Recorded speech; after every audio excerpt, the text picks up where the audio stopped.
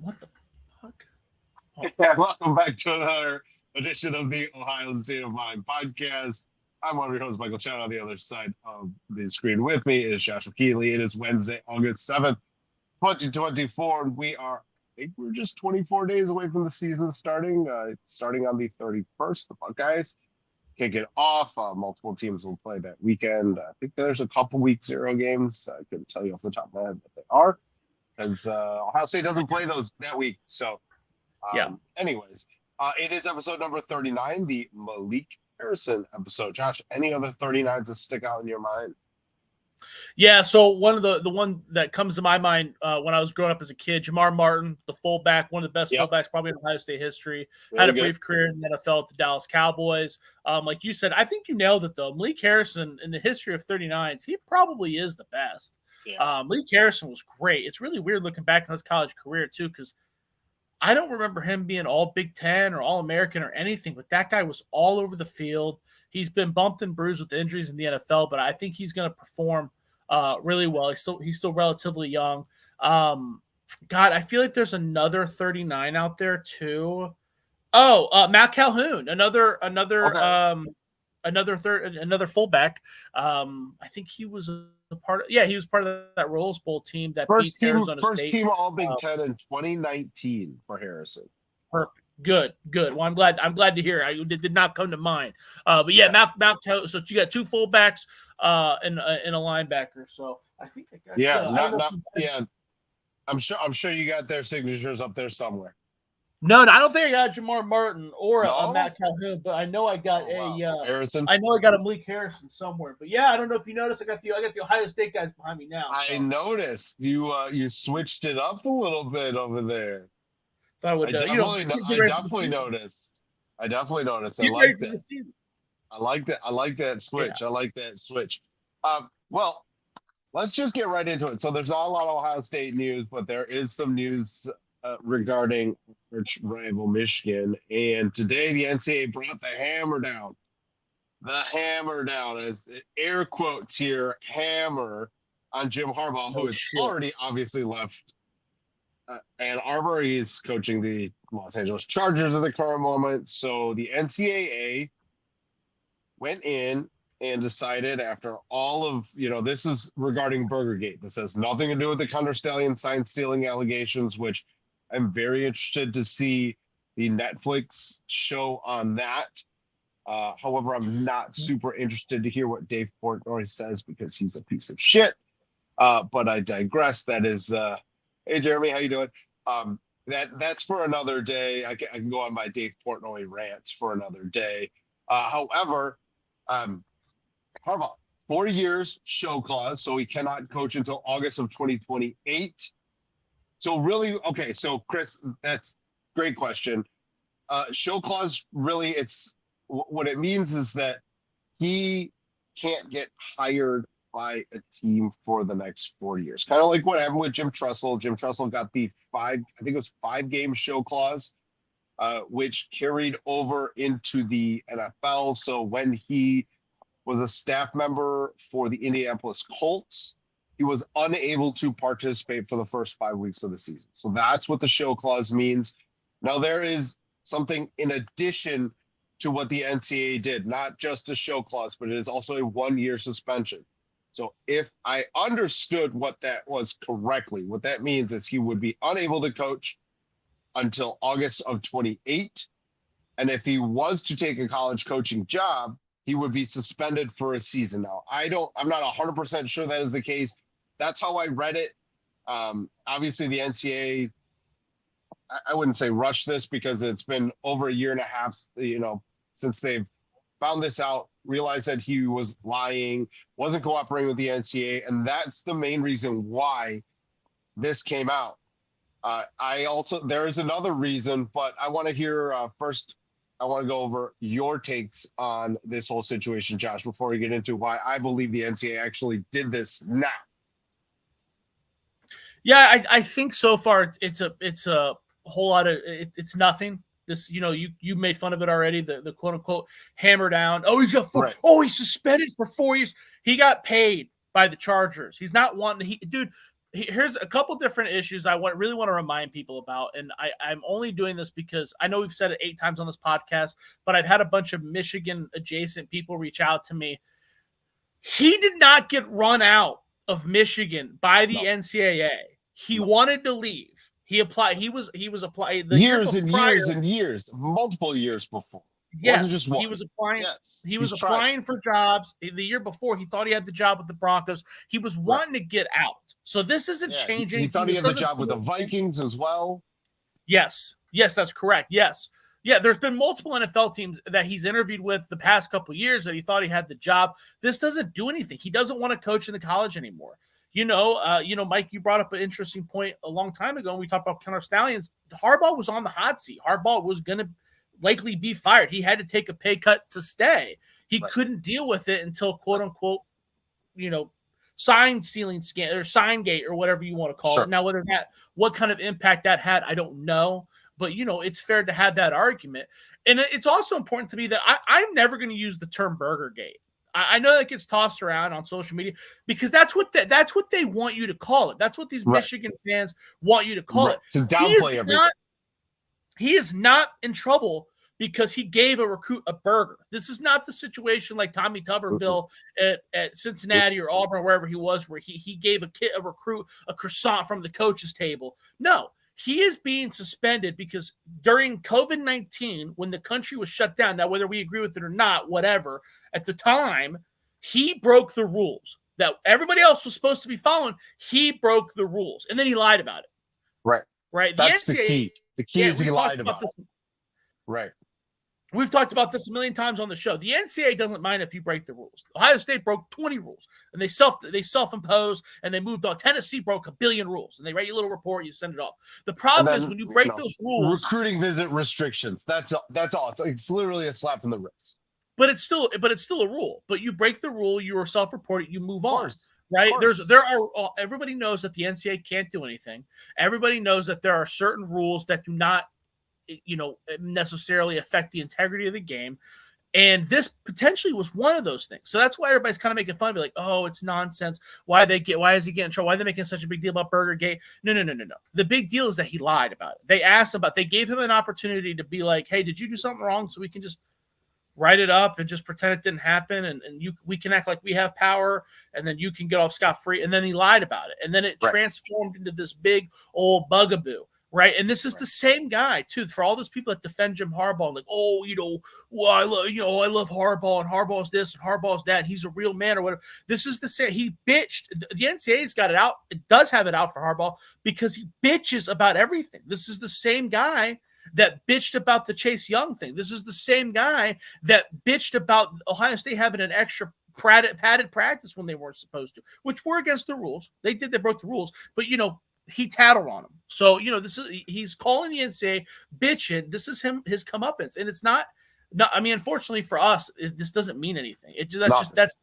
But I want to be very clear. This is not Burgergate. This is a recruiting violation that cost some people their jobs. Herman Edwards, Arizona State, was breaking similar rules, and he did not have a job there after that. So, Jim Tressel got fired for less. He got fired for the same thing, right? Because he lied to the NCAA, right? We talked about he didn't get fired because of Tattoo Gate. He got fired because he tried to sweep it under the control because he lied, right? Which is the exact same thing Harbaugh did, right? That's why Harbaugh's in trouble, because he lied to the NCAA. Which actually, that's a good segue. Here we go. Chris has got a long one. Jim Harbaugh lost 3+ games each of his first six seasons. Went 0-5 in his first 5 games against Ohio State in 2019. In 2020, his teams went a combined 11-8, ducked OSU in a 2-4 COVID season. UM cut his pay in half, reworked his contract. He turns to cheating on multiple fronts to save his job, recruiting, sign stealing. Again, the impact sign stealing has on the game, we don't know. I'm not, Michael and I were both pretty sure. Michael and I both were on this show before the Michigan game, and we're like, this is it. This is where Ryan Day is gonna. There's no more sign stealing.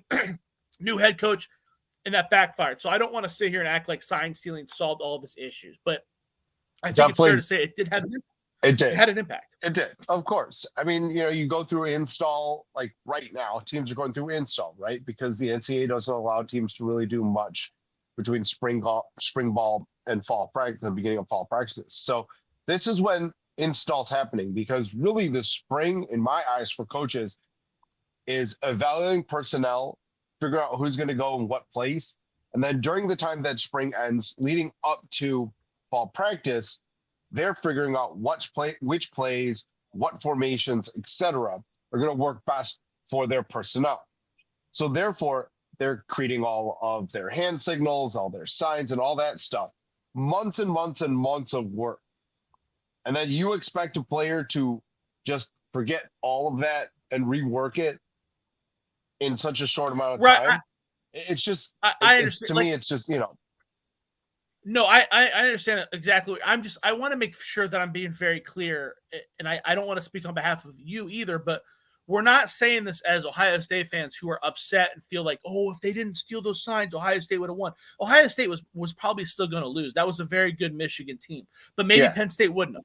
Maybe Maryland wouldn't have, right? Michigan did not ease by every team, right? So maybe it wasn't Ohio State's. Listen, I'm on the show every week talking shit about. Yeah, I'm talking shit about Ryan Day every week on the show. So you guys know how I feel. No I don't think it was going to be, but there would be somebody there. I think that there would be an impact, and what that impact would be, I don't know. Right. It's hard to say. We're not in the trenches. We're not obviously coaches. Exactly. At that level, so it's hard to really say. But I do think that it does make some sort of impact. I mean, why else would they be doing it? And why else 100%. Would you see a significant change in record, in games won, in tight games, etc.? There's a massive change. It's not like they recruited better. You can make the argument that yes, they did bring in a bunch of NFL assistants, so that's clearly going to help. But does that always help for every team that does that and have that big of an impact? No, it doesn't. So I just think that, I do think that it definitely affects, gameplay in the field. But at the end of the day, the NCAA is still making a ruling. And speaking of that, so I've been thinking about this, since the news came out, and I've been wondering, like, as we talked about right when the show started, it's a hammer, right? This, to me, is the beginning of what the NCAA is about to do to Michigan. This is the tip of the iceberg, because technically you have to go in chronological order of where they found these infractions, right? Because they didn't find the sign stealing infractions until the middle of last season. So I think the reason why the NCAA decided to come out with this ruling is so they can say that Michigan is a repeat offender, that they have lack of institutional control, and they can justify what they're going to do when they ultimately make a ruling on the Connor Stallions cheating allegations. That, to me, is the bigger part of this whole Harbaugh thing. We know he's not coming back to college. He's done. He's burned that bridge. I don't think any school is going to touch him going forward.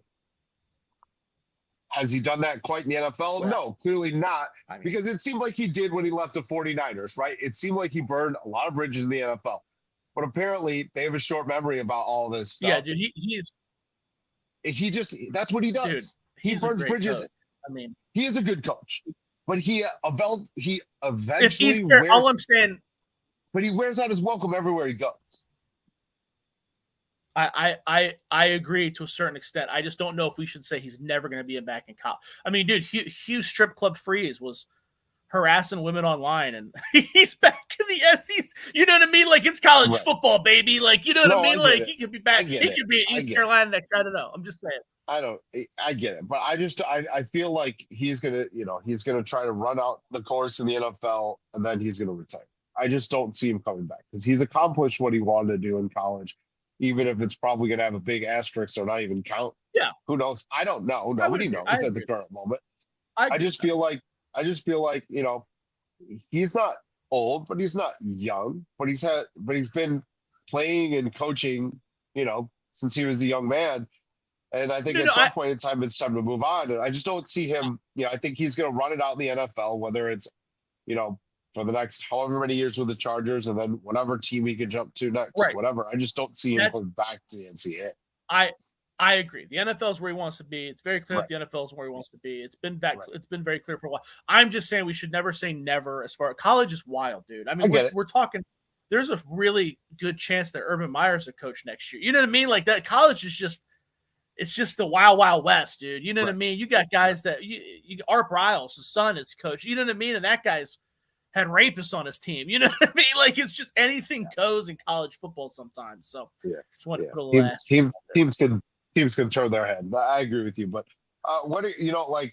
So, what are your thoughts on my hypothesis of the way that the NCAA is handling this? Do you think that that's a legit, rational thought, or am I just do I have my Buckeye scarlet and gray glasses on and I'm just seeing it that I don't know. I don't know. I think that you're right. I think that what you're saying is possible.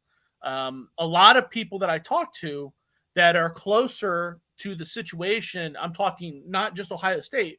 I'm talking people that don't wear scarlet and gray Sure. glasses Sure. across the country. I've talked to them and they have the same thought as you. This is not an Ohio State issue. That's why I really wanted to be clear about my previous point. A lot of people are pissed off about what has occurred. I mean, we saw the quarterbacks coach from Central Michigan get fired Right. because he knew Connor Stallions, and they didn't really come out and say No, it. not because he knew Connor Stallions, because he got Connor Stallions on the sidelines. And actually, it's Yes, funny because but they never admitted that. Remember? no, but it's the NCAA came out and said that it was him, and then Josh Pate has also said that he believes that wasn't the only game that Connor Stallions was disguised in on the sidelines. He's heard rumors that Jed Fish. that's funny. He said he's heard rumors of the fact that there were other games where Stallions was undercover scouting. That's not at this point. It's not a rumor, right? That's confirmed. Well, it's a rumor because we don't have evidence Allegedly. of it, or at least we haven't seen evidence. The Central Michigan one where he's wearing glasses and some Whatever. We know he was at other game. some Yeah, facial sure. hair. I mean, He if was he's doing it there, allegedly. if he's doing it There's a there, lot he's of going to be doing confidence. somewhere else. So I think that what you're saying is possible. The problem, something's going to happen. The problem that I'm going to have is that what they're going to do, my fear, something's going to happen. My fear, though, is that they're going to be like, oh, Michigan can't go to the playoffs the next 2 years. And it's like, dude, Michigan's not going to be No. Michigan. I want to be very careful when I say this because Michigan is good. Michigan is tough. But they're not going to be playoff good. You know what I mean? Like they're good and they're tough against the Big Ten and Ohio State because they're rivals. They're 8-4 this year, pretty much. Yeah, whatever. Sure, maybe they win 9 games. I don't know, but they're not. 8-4, 9-3. They're not going to make a deep run in the playoffs, and they're not going to make a deep run in the playoffs next year. I don't think they're going to make the playoffs this year. I don't think they're going to make the playoffs next year. There's not enough talent there. And Harbaugh took everything when he left. So that's my fear is that they're going to suspend him and it's going to be like, okay, cool. What they need to, the only real punishment would be them taking away the wins last year. That's the only real punishment. Yeah. Because if they do anything for the future, I mean, you tell me, what do you think? Michigan blow? I mean, they don't blow. I want to be very careful how I word this. Michigan is not going to make a deep playoff run. And nobody in the world, but except they're not Michigan at 2-10. But they're not at 2-10 too. Right, but do you think that them saying, "Hey, you're not going to go allowed to go to the playoffs the next 2 years"? Do you think that is a very fair punishment, knowing that they're not going to win, not knowing that they're probably not even going to make the playoffs? I mean, if you're going to say playoffs, you kind of have to give them a bowl ban in general, right? Just say no postseason. Do you give a shit about that? I think you do because really, it's money. It's money. The Big Ten. So, and I still believe this is true. So when you go to a bowl game, so say Ohio State last year goes to the Cotton Bowl, right? And they get 20 odd million from the Cotton Bowl, right? 20 million doesn't go to Ohio State. 20 million goes to the Big Ten. It gets dispensed through every team. So therefore, the Big Ten clearly, thank you, Chris. I was getting to that in just a second. The Big Ten splits all of their bowl money evenly. It distributes it evenly throughout all the Big Ten schools. So therefore, you as the commissioner, so Tony Petitti wants everyone in the conference to go to a bowl game. because that's more Okay. cash flow. That's more money dispersed out to each team. Do what they will with it, whether it's funding, you know, Olympic sports or Whatever. whatever. I Sure. don't Sure. care. Yeah. Yeah. Whatever. So I'm Right. still not understanding the Michigan punishment. But So yeah. it's and then from there it goes to them not getting nearly as much to fund their athletic department is really what it comes down to. It's all about the money. I mean, yes, it's dispersed evenly, but it's still, although honestly that might not even matter because Michigan's one of the athletic departments that pulls in a lot of money anyway. So that Yeah. might not even matter. We're not You're, talking about SMU, that Indiana. might even We're that might talking even about matter. But let's go right. back to the point about recruiting. It hurts. Is a transfer. So say hypothetically Okay. that they have this 2-year bowl, right? Probably won't affect them as much this year as it would next year because you're looking at a high-profile transfer who wants to try and play for a championship in his final season. Are they going to go somewhere where they won't have that opportunity? No, they're not. Okay. Here's my rebuttal to that. I don't think that you're wrong. I think that, first of all, you're the one that says Michigan already doesn't recruit at a high level, right? So if you already don't, recruit I was more talking about transfers because say you're like a 4-star and you go to Michigan and you're like, well, the plans to redshirt and probably play my sophomore junior year, then that really doesn't matter for those guys, right? It matters about the transfer portal, really the most. And specifically, Michigan has done a really good job over the past 2 to 3 years of getting those kind of transfer guys that want to play for, a championship or a Big Ten or whatever, right? Because they had over like 44, if that's correct. They had 44 guys last year. They were 4th, 5th, 6th-year seniors, right? With COVID rules. They don't have COVID rules anymore. They're not going to be able to go out and get those guys that are 23, 24 battling up against a 19, 20-year-old, right? So I think really makes a difference because they've done a good job doing that. Now they won't be able to sell that to prospective transfers. Here's my rebuttal to that. Okay, a lot of these, I don't think you're wrong.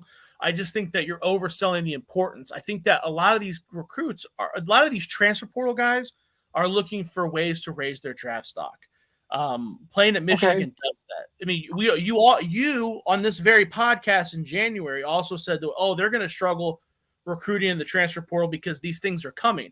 Well, they got one of the best offensive tackles in the transfer portal this past year in Preeb from Northwestern. That didn't stop them, right? Is that the same success that they showed the prior years? No, but that's still a pretty big. That's a giant get, right? Sure. I don't know. I'm not saying you're wrong. I just don't think that the impact is going to be just. Does that make sense? Here's my question to you. If you're a Michigan fan, what would you rather have? Would you rather them take away bowl ban for 2 years, or would you rather them take away the national championship? I would rather, if I'm a Michigan fan, I would rather you be able to take the 2 years. I don't give a shit. I'm wearing my national championship hat, right? Of course. That's kind of my point, right? Is that one feels sufficiently more significant than the other. I can't disagree with what you're saying. Not at all. I think you're right. I definitely believe that, what you're saying is exactly it. Because, a guy's going to want to go to Michigan because they want to improve their draft stock. And just because they can't play in a bowl game doesn't mean they can't do that. So I don't know. I don't know. I'm not saying that you're wrong. There are going to be guys that say no there. I'm sure that there were this past year. I just don't know if it's going to be so impactful. I don't think the crime doesn't match the punishment based off of what we're describing. Sure. Right. No, my opinion. I mean, that from what I think would happen would be that's not the only thing that the NCAA would do. I think that they're going to restrict scholars. I think they're going to restrict scholarships. I think they're going to, recruiting visits, etc. But it's really hard to say, what they're actually going to do. If they find evidence that, falls back 2 to 3 years, are they going to vacate all those wins? Do they vacate the national championship and nobody gets to claim the 2023 title?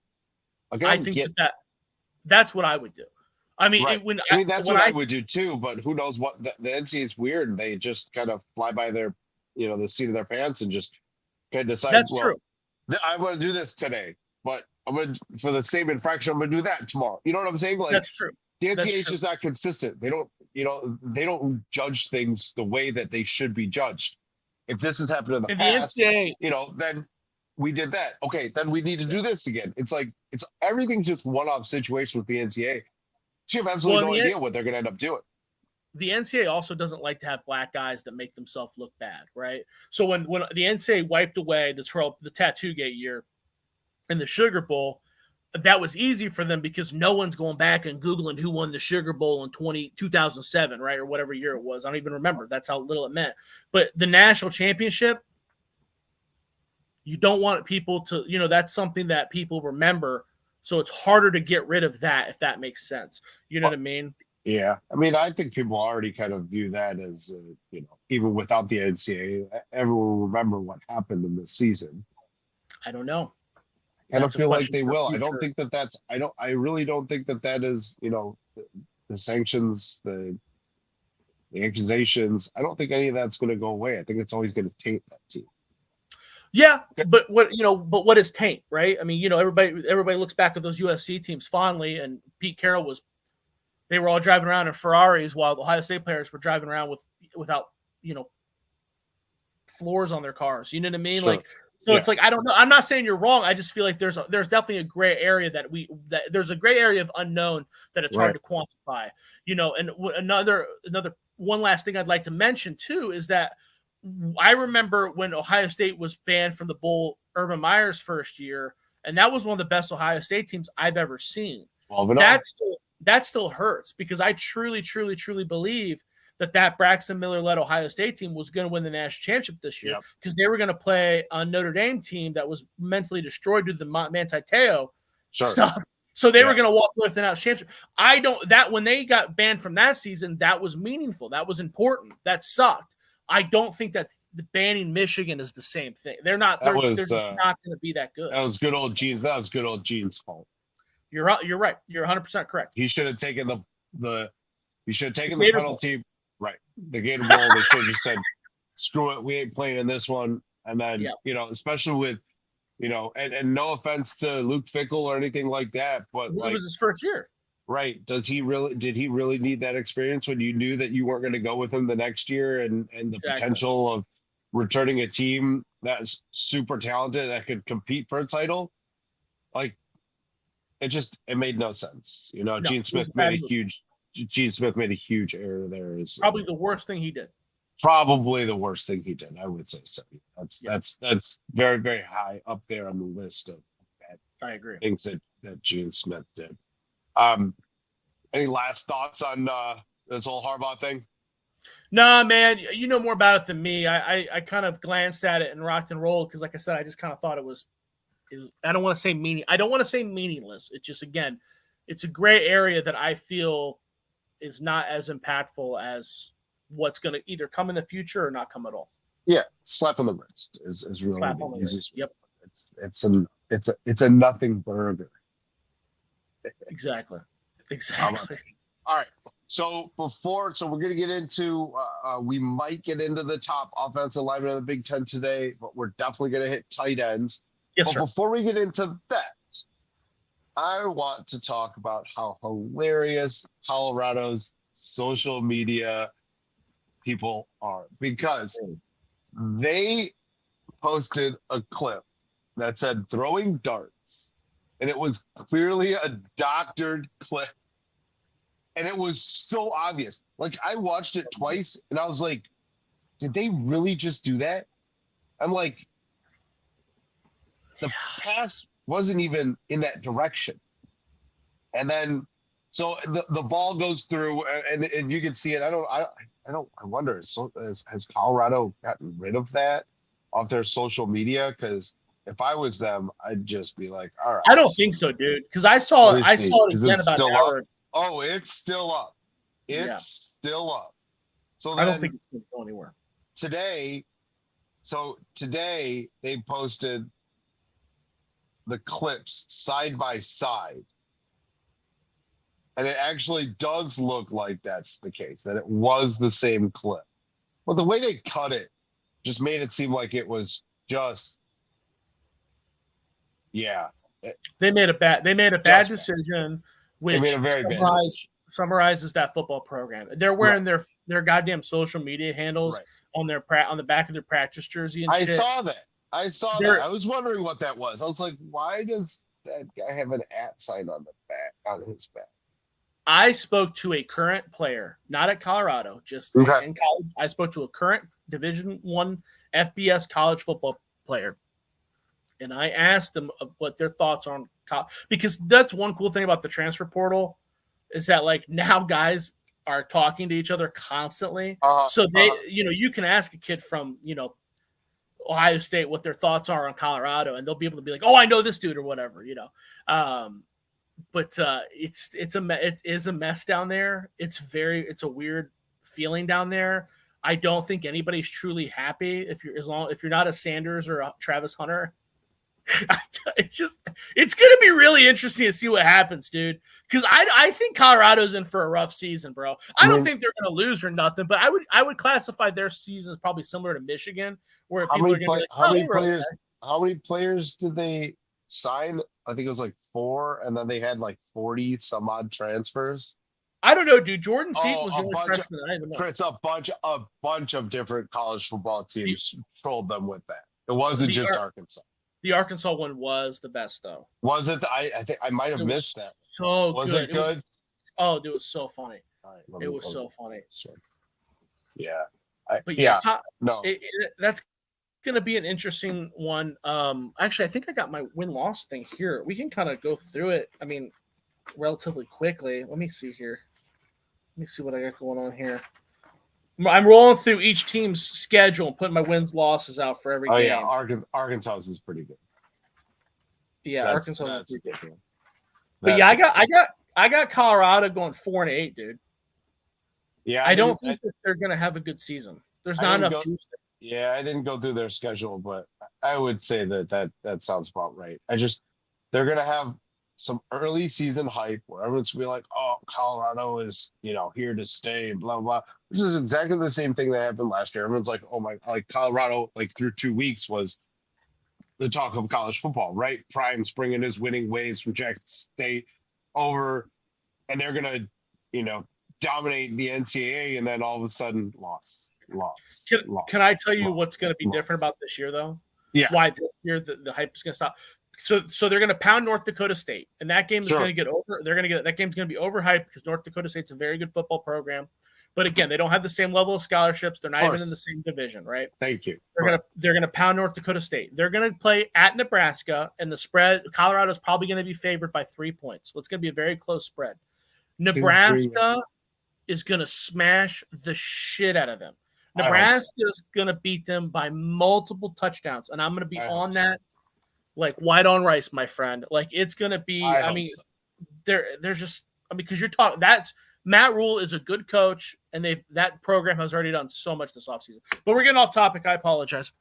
No, it's okay. It's okay because we were talking about Colorado, but I just feel like that social media post is just something else. It just bad. Something else.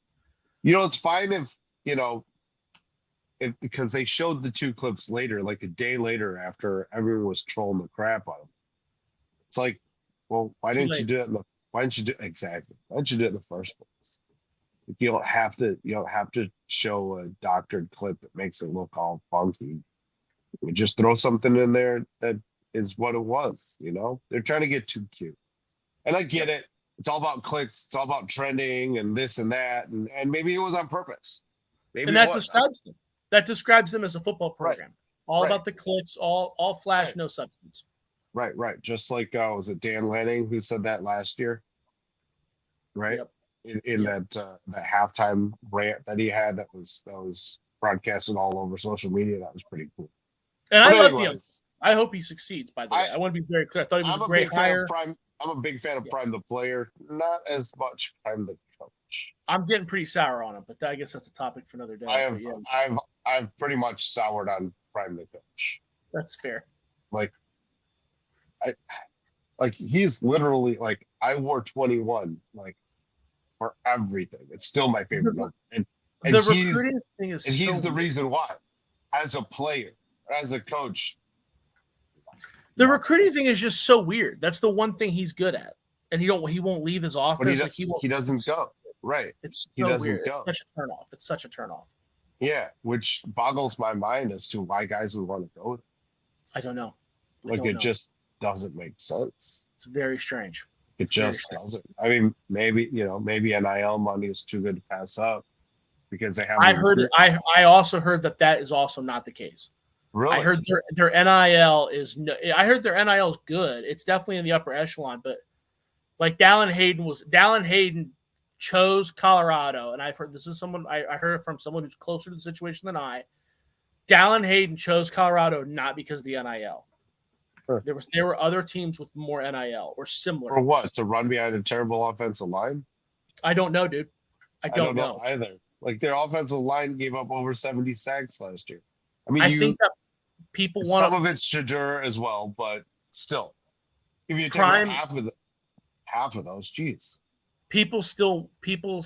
There are some kids out there that have that allure towards prime. So, whether that was Dallin or not, I don't know. I mean, if I'm a corner, then yeah, maybe we do it. But wasn't Damani McLean?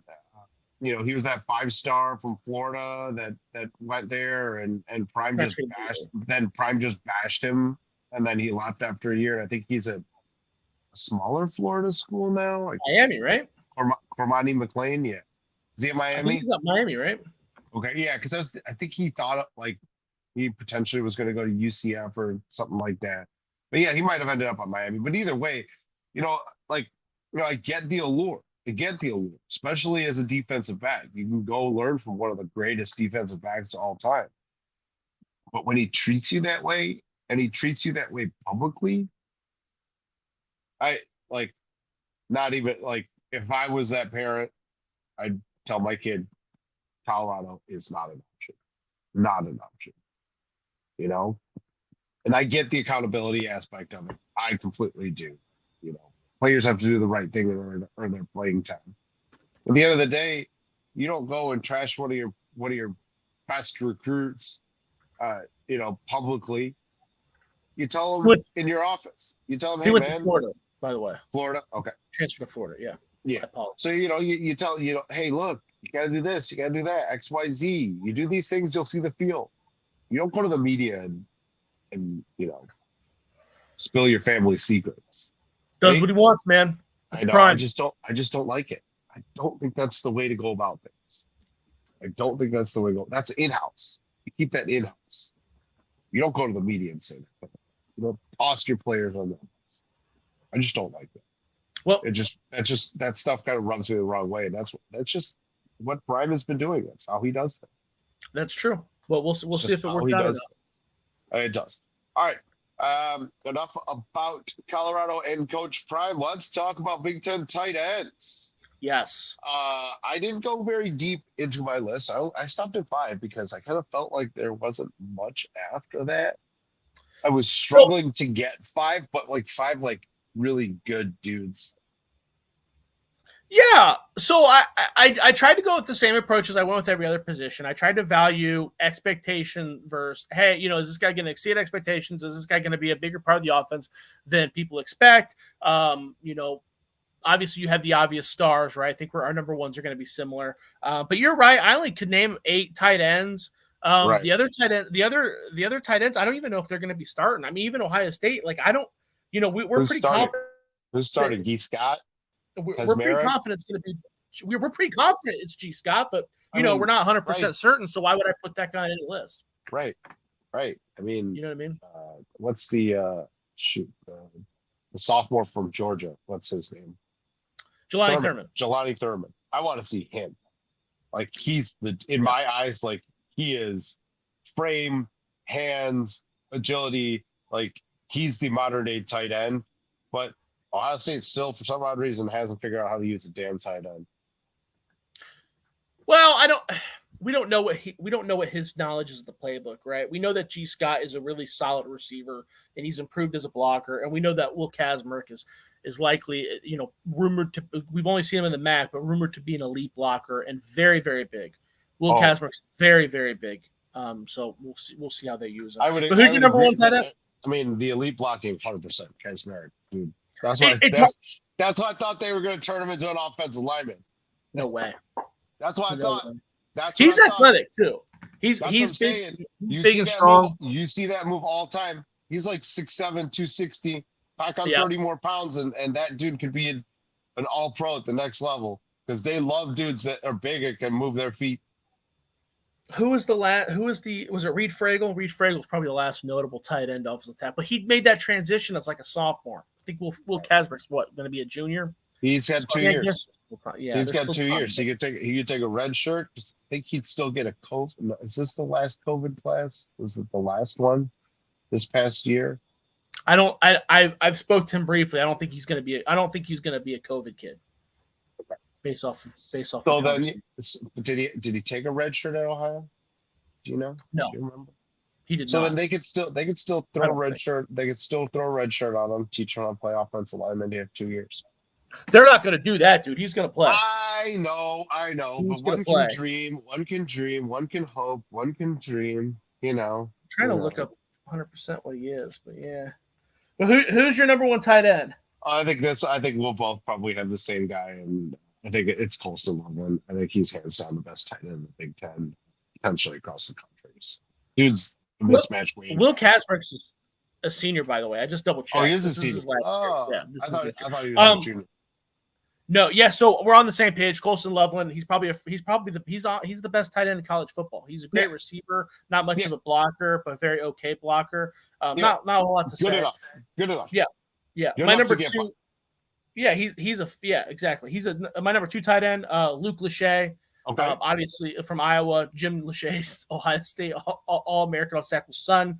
Ended up going to Iowa. I don't think Ohio State even offered him Ohio State offered him, but it was really late in the game. Late, yes. Yeah, so he was already committed to Iowa. Going to Iowa, he got hurt last year, but he's the next great Iowa tight end.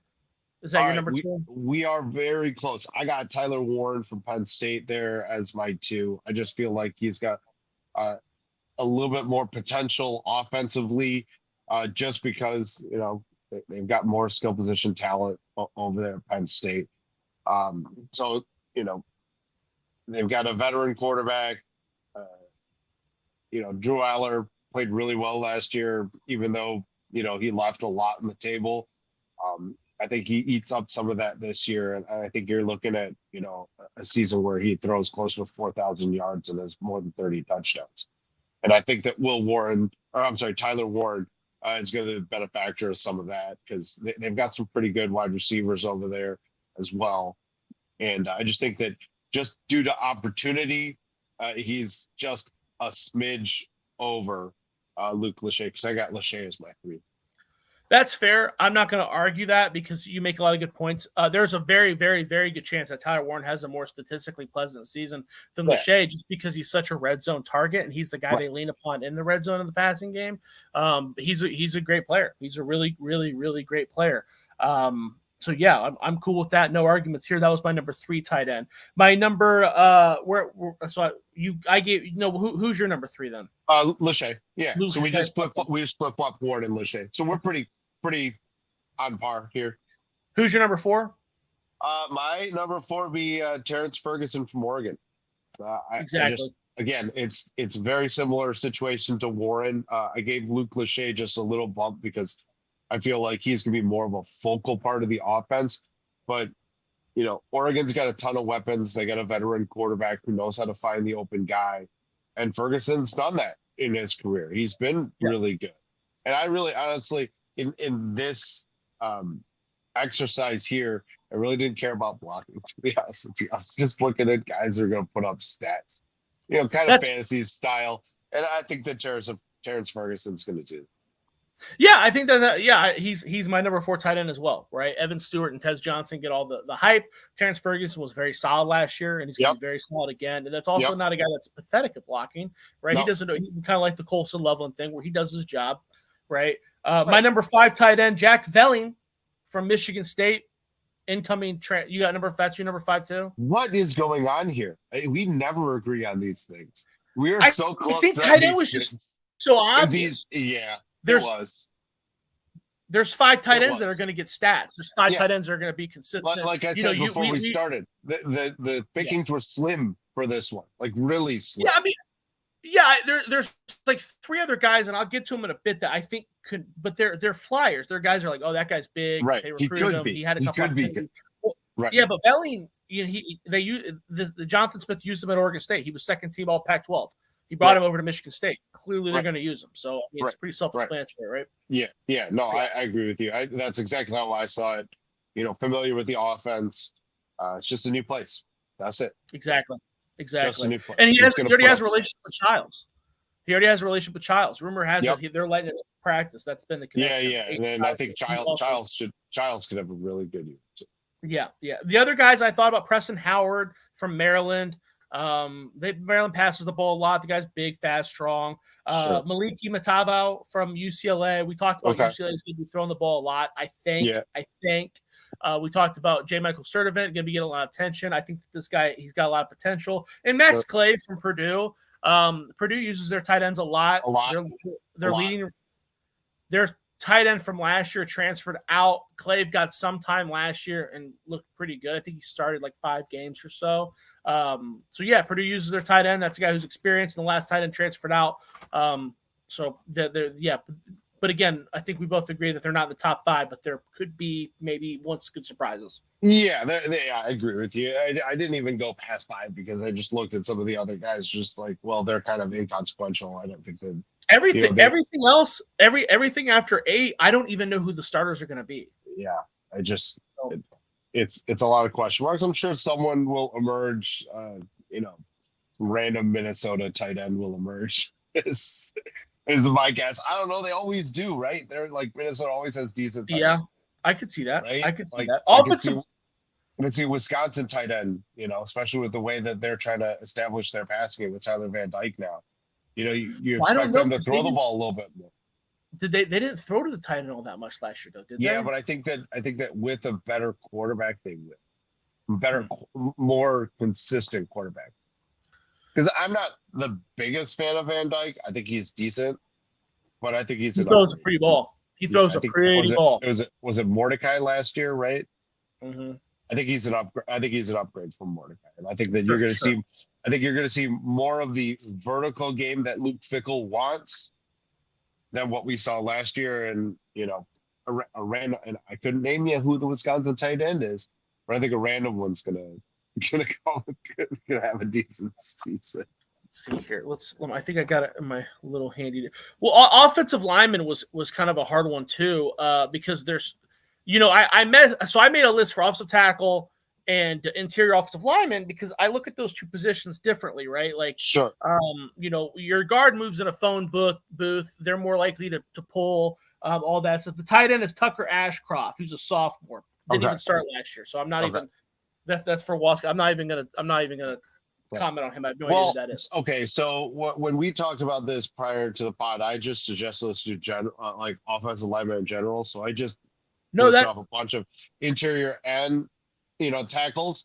If you want, we can hold this off until next week, and I can rework my list. No, I was gonna say let's do. I was gonna agree with you. The way I did, I wrote my offensive tackles, my interior offensive lineman, because that's how I do things. Sure. But as I'm doing it, so many of these guys are moving positions. So many of these guys are in position battles. I think there's going to be a common theme here. So if you want to roll through your list, I'm cool with that. And then I could try to piece together what I have, I put together a little bit of a scrap of a list, trying to put it together. Like, for instance, I do think that the most impactful offensive lineman in the Big Ten is Donovan Jackson. That's my number one guy.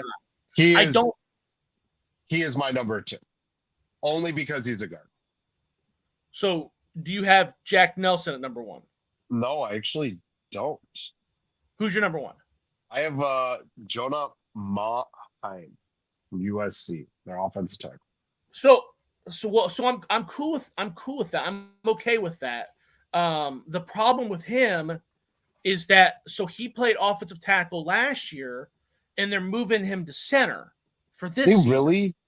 Yeah. So I was gonna. This is everything I read said that he was a tackle. It's like, all right, because he was all Pac-12 as a tackle last year, but The thought process is that their center makes all the line, just like Ohio State. I get it a little bit because you're taking your guy. There's not a lot of experience on their offensive line.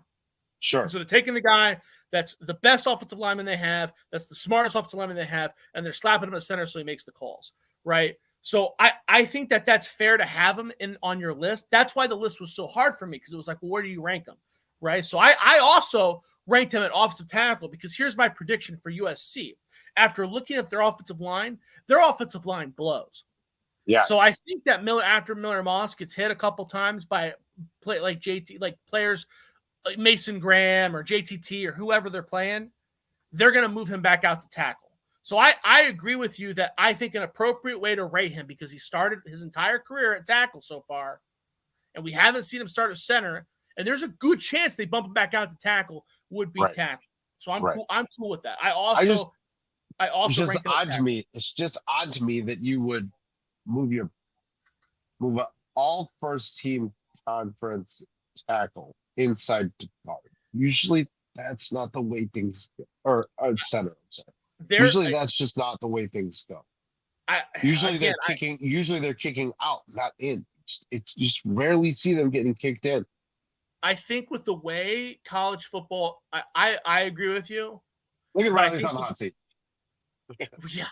Well, I think that the way college football is going to is that you want an intelligent player. Your guys making line calls, right? We saw it with Ohio State against Missouri. We know that the offensive line wasn't that bad. I mean, they were horrible. It was awful, right? And I think a lot of that can be attributed to Matthew Jones not knowing what the hell to do. Sure. Right? It kind of goes back to our conversation last week about Donovan Jackson's, quote unquote lack of production, or however you want. It's hard to say production with the offensive line, but we don't know how slow the calls are coming in, what kind of calls are being made. Are they making the right calls? It's really hard to evaluate those things for an offensive lineman. So I could see why they would take a guy if you're surrounded by guys that have never played before, and you're Lincoln Riley, you run an offense that's pass-based, that's very protection-based. You're like, fuck that. I don't want no freshman. I don't want a guy who's never seen a defense calling shots. Get your smart ass in the middle. The problem is I agree with the part where I agree with you about ranking him as a tackle, though, is I think that their offensive line is so bad, and your pass rush comes from the edge primarily, that they're going to have to move him to tackle. But again, he will be starting the season at center. So that was your number one guy. Yeah, you know what? We're coming close to an hour, and you got a meeting. Yeah, you got have a meeting. So I don't want to get too far into this before we get crazy. So we've teased you ours. Josh, let's figure out during this week how we want to go about doing this. We'll do the offensive line as a whole next week, but let's figure out whether we want to do tackles, or we want to do just tackle guard or tackle interior. Yeah, or if we want to just do full offensive line. Let's do it the way you did it. Okay. Let's do it. You rank your offensive line, and then let's go to 10. Let's go to 10 too, because there's so many GD offensive that's line. cool. That's cool. So let's stretch it out to 10. We'll do a little bit more research, because clearly I thought Mannheim was going to play tackle, and now you're telling me maybe I'm wrong. I don't know. Maybe I'm wrong. That's what I'm. I didn't see that though. Like I saw nothing that said that. So fun fact though for next week, fantasy draft. Oh, we are doing it. Yep. Oh, maybe we might have to push off offensive linemen for another week then. But we could ask Donovan about Mannheim, because he's going to be joining. We got Brock Donovan coming on. That's good. All right. Chris, the lovely Chris Runyon, said he would join us to do nice. a draft. So that's 5 people, 18 Big Ten teams. I feel like that's appropriate, right? That's in a good amount. I think so. We should start a group chat and lay out the rules and kind of positions and what we can have where. We're gonna do a flex. We're gonna do we're gonna do 2 quarterbacks, 2 running backs, or 3 running backs, 3 receivers, a tight end. I will set it up this weekend, and maybe a couple flexes, some shit like that. Or? Well, I was just gonna do the basic rules. Whatever they give me, we'll rock and roll with. That way, I know that college football fantasy isn't super popular, but at least if I know it's gaining traction. Oh, are we actually doing this like on a website type deal? Yeah, dude. No shit. Can we do only a 5-team? Yes. And just specifically Big Ten? You used to be able to. I have to double check that. I know that Okay. Underdog Fantasy took on a lot of the college fantasy stuff. Sure. I don't want to use them because So we're gonna live draft in a room. Is that cool? On here. No, I am so excited. That's cool, right? I'm just confirming what I believe is going on. This is Yeah. awesome. I think because I love doing drafts. Like I'm like this. I'm a weirdo with drafts. Like my fantasy baseball draft, I'll do like 20 mock drafts before we actually draft. Like I'm really weird with this stuff. Yeah, we're gonna play around with this. But I love it. No, you can get I think at least, so the other podcasts that I do, you can get at least 3 with a shared screen on there. I don't know how many more. Like I pay for the premium. I already checked that. We can get 5 guys on here. We can get 5 guys on screen with 1 on the side where actually you can see like the draft board and all that stuff. I don't know. You should be able to. You can share screen. See, I don't think you can do it, but somebody else can. So like, because you just add a screen on stage. So like, since I'm a guest, I can't on this one, I can't see it, but because I'm actually the producer for theirs. I actually just clicked around. I think I figured it out. So I'll tell you how to do it. Because we do it on our baseball podcast because the 3 of us, like we're on the left side, and like for the majority, like 70% of the screen is just showing like that week's fantasy, stats and stuff like that. We'll set it for 9:00 like we typically do. I already checked with Brock and Donovan. They said they could. Chris is on here. He said he could do it. Awesome. I'm excited. You and me will get on here 30 minutes early. Okay, and try to set stuff out. Sure. Make sure the screens work and stuff. Sure. We'll shoot it off. Cool. Awesome. Yes. Awesome. That sounds all right, brother. I am very excited. Very excited. You have no idea. I'm such a dork. Well, I'm kind of nervous now. I didn't know you'd be this excited. This makes me feel like I'm going to lose. I'm not. I just love the analytics that go through like the drafting process. So my baseball drafts, both my teams are absolute dog shit this year, but like fun fact. I've won some college football fantasy leagues. I've done all right. But you always remember the losses more often. Right. And I drafted James White over Monte Ball the year Monte Ball broke the record. I drafted Braxton Miller before he tore his knee in the first round. But I also drafted Quentin Flowers from USF. I won the league so hard with Quentin Flowers that my dad, who was also in the league, bought me a Quentin Flowers signed mini helmet. And then I also won the league once because I picked up Kenneth Dixon, the running back from Louisiana Tech, off of waivers because I was just luck, bro, just luck. So it'll be fun. What we'll do too is I'll make the rosters bigger and I'll turn off waivers. So I wish I could make it like best ball setting where the lineup set us because I don't want us to have to fucking look at this every day painstakingly like a league, right? This is just going to be plug and play, rock and roll. It's one day, it's one day a week, really, unless you got games. There's a couple games. College football's kind of a pain in the ass because there's games Thursday, Friday, Saturday, Sunday. Right, that's the problem. Yeah, but if we're just trying to stick with Big Ten guys, I think we'll be able. That's true. All right, man. Anything else? No, I don't got anything for you. You got anything else? No, dude. We're getting close to kickoff. Definitely check out my work at Buckeyes Wire and Mike's work at Fighting Irish Wire. Yeah, it's weird to say that, but hey, you know what? Promotions are promotions. You gotta take them, right? That's right. Can't say no to moving up. Can't say. Yeah. All right. All right. But this is where my heart is, though. Just want everybody to know that. Oh wait. I know. There's no doubt. I went to Ohio State. How can I not? I don't think anybody cares. I think that the best. I'm still gonna watch every game. I'm still gonna be as passionate as I've always been. I'm still gonna have hot takes on what the hell the Buckeyes are doing wrong. But I mean, the best guy, the best team on print. The best people that talk about it are typically guys that aren't connected. I mean, the biggest issue that I find when I'm reading reports and talking to other beat writers and stuff is that they're so into it and they're talking, you get kind of fixated and fall in love with these guys. And it kind of makes you kind of, a little blurry in the head. Sure. You and I have also dealt with that in our chat. Yeah. There's guys that, hey, I went to school with this guy, or I know this guy, I saw this guy in high school. I mean, I was like that with Darren Lee. There was a couple players that I remember fondly where I was like, dude, I saw this guy in person or whatever. He's the shit. So sometimes the best guys to talk about it are people that are disconnected, that don't have anything riding on it. But yeah. You get that. Either way, we'll see you guys next week. Yeah. Draft time. Draft day. All right. Go Bucks.